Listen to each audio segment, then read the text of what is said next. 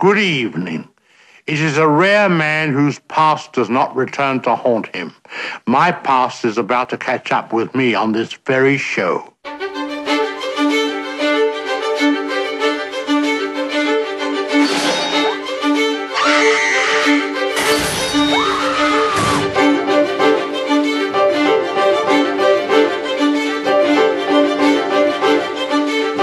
Films beget films. Filmmakers influence other filmmakers constantly. But the most influential filmmaker of all time is Alfred Hitchcock.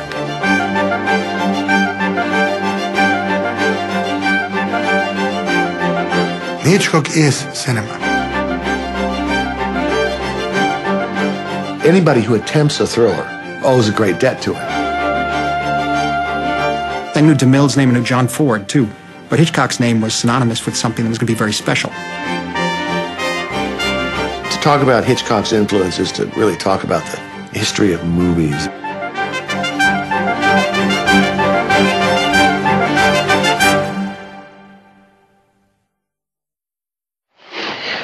Want to hear one of my ideas for a perfect murder? In 1951, when I was 10 years old, I went to the local theater and saw Strangers on a Train. Pick 'em up. Bang, bang. The audience reaction was like a communal roller coaster. When you watch something like that, it doesn't matter what you know or don't know about the person who made it, you know that you're watching something unique that just grabs you by the collar and never lets go until it's over.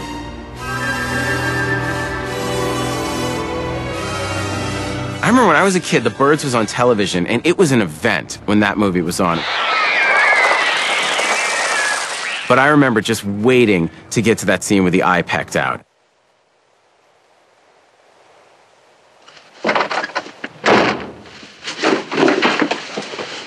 At the time, we had this parrot, you know, and I was kind of watching this film, and I was listening about 5 or 6, and I'm like, looking over my shoulder at this parrot in the cage, you know. My first Hitchcock film memory would be back in the 50s, probably Rear Window. Well, there's probably nothing important at all. It's just a little neighborhood murder. That's all. Rear Window must have been on television when I was a kid. I remember, for years, this image of a little dog, a dead dog in a garden. Did you kill him because he liked you? Just because he liked you? The first Hitchcock memory I have is actually watching Alfred Hitchcock Presents.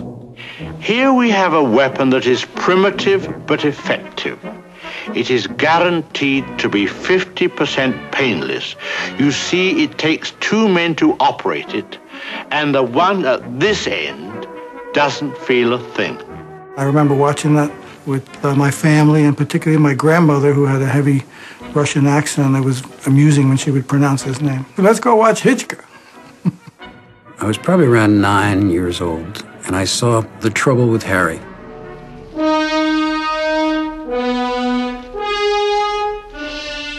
I really became fascinated with this morbid sense of humor. The first Hitchcock experience that I had was seeing Vertigo when it first came out in 1958, when I would have been about 14, 15 years old. I remember to this day that the movie starts and the first thing you see after the credits is this horizontal line going across the screen. And I thought, what is that? And then a hand appears. And then the camera pulls back and you see that it was a rung on a ladder. I'd never seen a movie before where the first shot of it, you didn't know what it was. The music just knocked me out of my chair.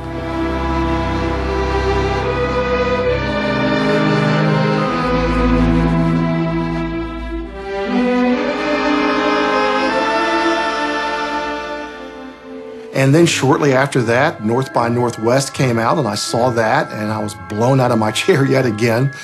And then Psycho came out and just freaked me out for years. I'll just sit here and be quiet, just in case they do suspect me.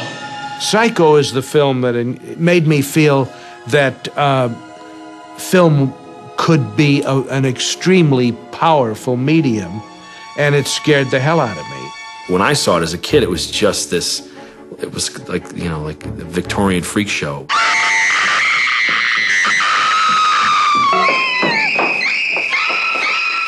I think it was the first time that I was really cognizant of the fact that I was being manipulated. We all go a little mad sometimes. Haven't you? Yes. Help me. The first Hitchcock film I saw was I Confess. It was very important for me because at that time I was still Catholic. The way Montgomery Clift portraying this priest like almost like a beatific, beautiful entity, and the way Hitchcock handled the moral dilemma in an expressionistic way, it affected me deeply, and I wanted to know more about this filmmaker. I was known as a man of mystery and suspense. To re-establish my reputation as a man of intrigue, join me as I bring you this story. Hitchcock is one of maybe 2 or 3 directors where his name has become a term. If you say something is Hitchcockian, you know exactly what that means. Your hands. Oh, let me go, Uncle Charlie. Let me go. The thing about Hitchcock is that at the same time as being frightening, mysterious, the plot is so absorbing and the look is always so immaculate. Well, if there's one thing I know, it's how to wear the proper clothes. That you are completely carried away by what you're seeing in front of you.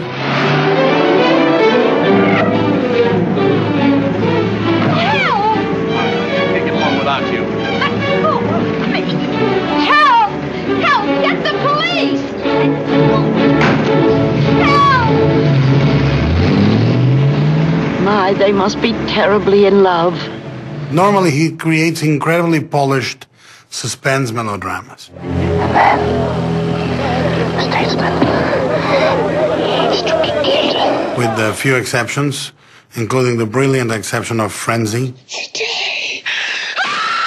where he just dispenses with any appearance of pulchritude or decency, and he just portrays the world as a brutal place.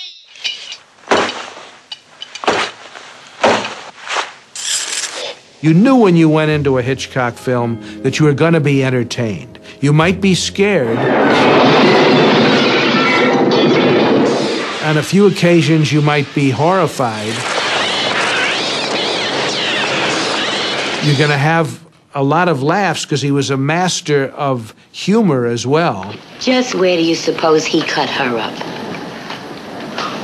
Of course, the bathtub. That's the only place where he could have washed away the blood. Nothing is happenstance in a Hitchcock film. You don't just throw handheld cameras on your shoulder and let her rip. It's all very, very specific.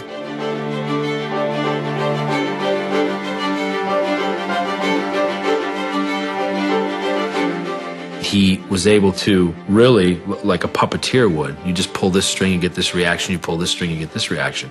What gets you riveted to the screen is he forces you to identify with the characters in the movie through use of point of view.